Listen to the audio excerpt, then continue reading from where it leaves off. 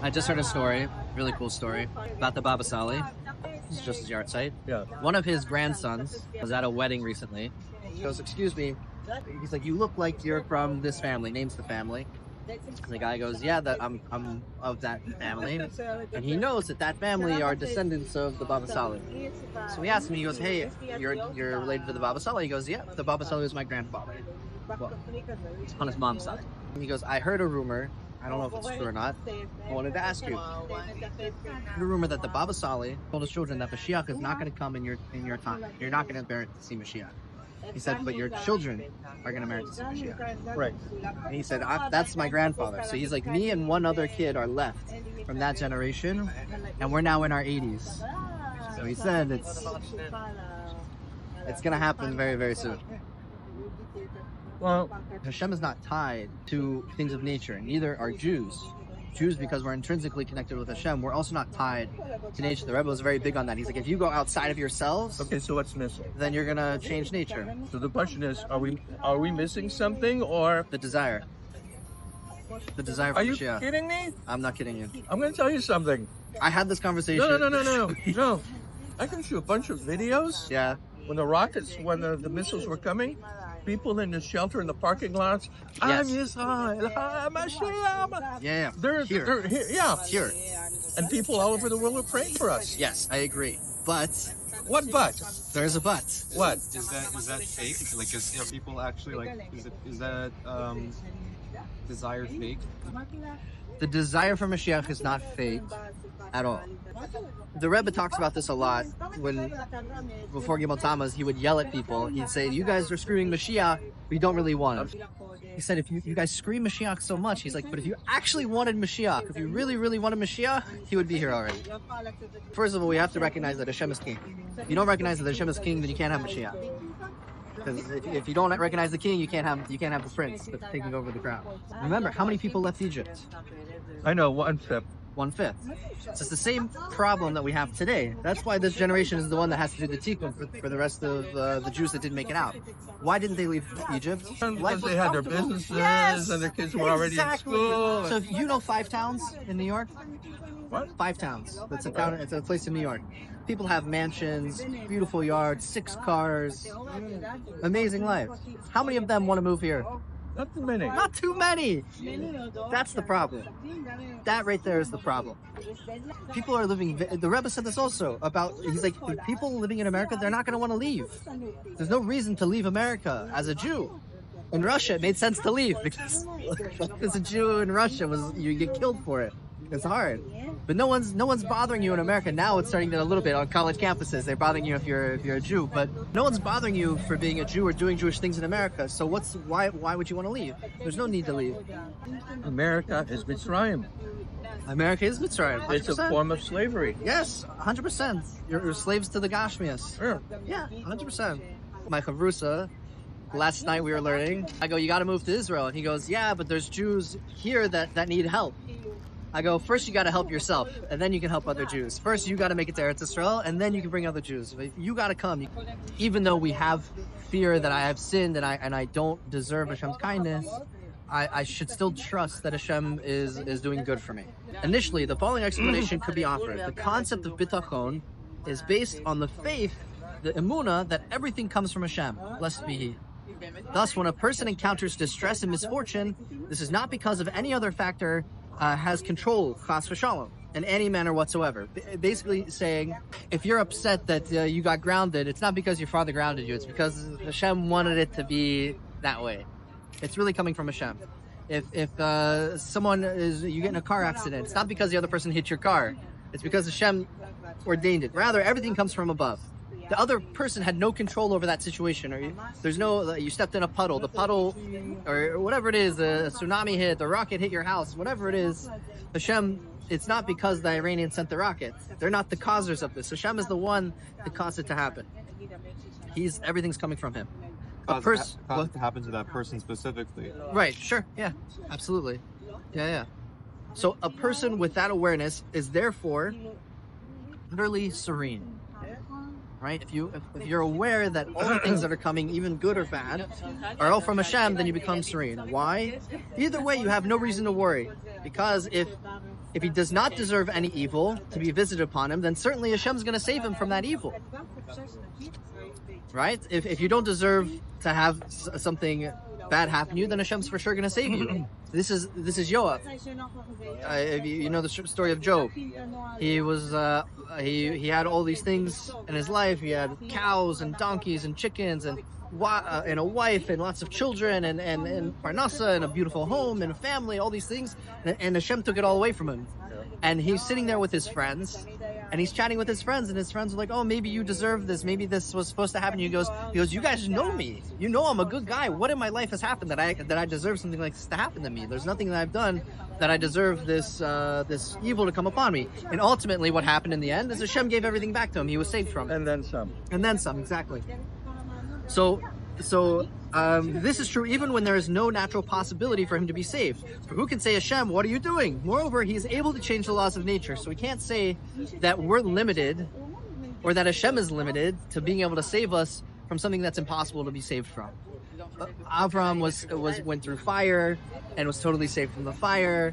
Daniel in the lion's den. All these things that it's impossible for someone to walk out alive. Hashem's able to adjust nature so that it fits that the person is to be saved. So we can't say that there's no possible way Hashem can save me from this situation. If I'm supposed to be saved, Hashem is for sure going to find a way to save me. If, on the other hand, so here's the other side of it, he is not worthy of Hashem's kindness, but instead deserves punishment. His mind is still utterly at ease because he knows that his misfortune does not result from any side factor, but from Hashem alone. Since he did not fulfill his responsibilities to his creator, he brought him to this distressing situation. Hashem brought this person to this distressing situation. Therefore, he fears no one but God alone. Moreover, he realizes that this difficulty is for his own good, for as is well known, even the punishments ordained by the Torah are expressions of Hashem's rachmanis, of his kindness, cleansing a person from the blemish of sin. Thus, there is no place for worry or fear, or as Amram likes to say, he's getting scar in Olam Haba. He stubs his toe in this world and he benefits in the next world from it. So this is not anything like new or revolutionary, but if we really focus on that something that is not good that's happening to me in this world, one, either I don't deserve it and Hashem's for sure gonna save me, or two, I do deserve it and it's good for me in this moment to have this. Either way, you should be happy. It's good that this is happening. It says in Masechta Sanhedrin, Daf Mem Beis or Mem Aleph, I'm not sure, one of the two, says Hatov Yameti. There's a bracha that we're supposed to say whenever the moon is out. Right. Say Baruch Atah Hashem Hatov Yameti when the moon is growing. Right now it's Rosh Chodesh. Today is Rosh Chodesh. So right now the moon is gone. There is no moon. The moon is going to be growing every night from here for the next 15 days. So we say Baruch Atah Hashem Hatov Yameti. So the question the Gemara they bring up, they say, well, what happens when the moon is going back down? Do we say the opposite? Baruch Dayan Hamas. The Shem, you're the true judge. This whole idea is that whatever's happening in your life, it good or bad, it should continue to make you feel more at peace. So Hashem is giving you stimulation, not to overwhelm you or give you anxiety, but to actually calm you down. It's when you don't see things happening in your life, that's when you should be like, oh crap, is Hashem like watching me or not watching me? Is he involved or not involved? Likutei Moharan, which is the Breslov Chassidus, Rabbi Nachman, the Baal Shem Tov's grandson. And he says in this thing, he said that someone has to be sure that no matter what happens in his life, every day he should say, Baruch Atah Hashem Hatov V'Yametiv. Everything that happens in your life, good, bad, different, everything should really, really make it a point to say Baruch Atah Hashem Hatov V'Yametiv. So I was like, oh, I was like, what a great children's book this would be, that like, and trust in a child's mind that whatever's happening in their life, they can say it. Yeah. And I make these stories, and I read them to my daughter, and this one she loves, and she says it all the time. She says it more than my wife. All the time my daughter is saying like, Baruch Atah Hashem Hatov V'Yametiv, and then she'll turn to me and she'll be like, you know what we have to say, Baruch Atah Hashem Hatov V'Yametiv, whatever happens, good, bad, all the time she's saying it. Accordingly, there is no contradiction. A person may have absolute bitachon in Hashem, even though he knows that possibly his sin will cause him to be found unworthy of being rescued from the impending misfortune. This knowledge does not detract from his peace of mind, for he realizes that whatever happens to him is coming from Hashem. Everything's coming from the same place. With this explanation, go ahead. We can appreciate the intent of the commentators to the Medrash Maintain, this is what we ended last time, that one ought not be afraid, and that we should not learn from the conduct of Yaakov and Moshe, who showed fear. As is evident from the plain meaning of the relevant passages, they feared the immediate cause of their distress. That's what Rashi explains in the Psukim of in the Torah on these two people. Yaakov was afraid of Esav, as it is written in, Yaakov was very frightened and distressed, and he therefore divided the people and sent half of them across the river. Similarly, Moshe had to be warned not to fear Og. Such fear indicates that something was lacking in their consummate Bitachon in Hashem. Because if they really had Bitachon in Hashem, even if Yaakov was going to face Esav, if he merited to be saved, Hashem was going to save him. And if he didn't merit to be saved, then it's exactly what he deserved anyway. That he deserved peace. And he should trust that Hashem is going to mete it out to him exactly how it's supposed to. We said last time that Yaakov was afraid because maybe he did some sin. He didn't merit to be saved. Same with Moshe. And maybe I sin and I don't merit to be saved. We're saying that's why the Medrash is explaining that don't learn this. Don't go after their example. Because even if you don't deserve to be saved, it's still Hashem is giving this to you as a kindness then. So you don't have to suffer an olam haba, you don't have to go to Gehenna, whatever it is. It's still good. So even if you don't deserve to be saved, don't have fear. Fear is not going to help you. It's going to happen either way, whether you fear or don't have fear. And if you trust that Hashem is doing it for your benefit, then you can at least take it with stride and be like peaceful and happy that it's happening. Keep like a positive mindset and at least just be chill, less anxious, less distraught about it. The exercise is going to be serenity. So list 3 things in your life that feel out of your control or cause anxiety or stress. So like you feel distressed about. Take one of those things and say, this too comes directly from Hashem. And what can I do to release anxiety and increase trust in that area? You're going to go through ups and downs in your life, and it's okay. You should. It's normal that you go up and then you slip back and then you go up again. It's a journey. That's really what it is. Hashem specifically wants that, by the way. Yeah. When you go up, he wants there to be a little bit of a crash, because it's the only way you can get momentum to come back up again. Yeah. The roller coaster can't go up until you have that down. So he expects you to be a Rasha sometimes? Not necessarily a full Russia, but he expects you to not be doing what you were doing before. Because why? Right now, you see that there's a dissonance between where you want to be and where you are. And it causes you a little bit of distress. But also, it's going to light a fire under your tuchus to want to get to that place. If you didn't have the vision of being somewhere where you aren't, you're never going to try to reach it. You have to have a vision of... The whole point of Chassidus... I was just saying this in another video. The whole point of Chassidus is to show you how low you are so you can see how high you can reach. I need to be fully aware of the situation I'm in now. So that, and I can't get depressed about it, because if I get depressed, I'm not going to have any motivation to go up.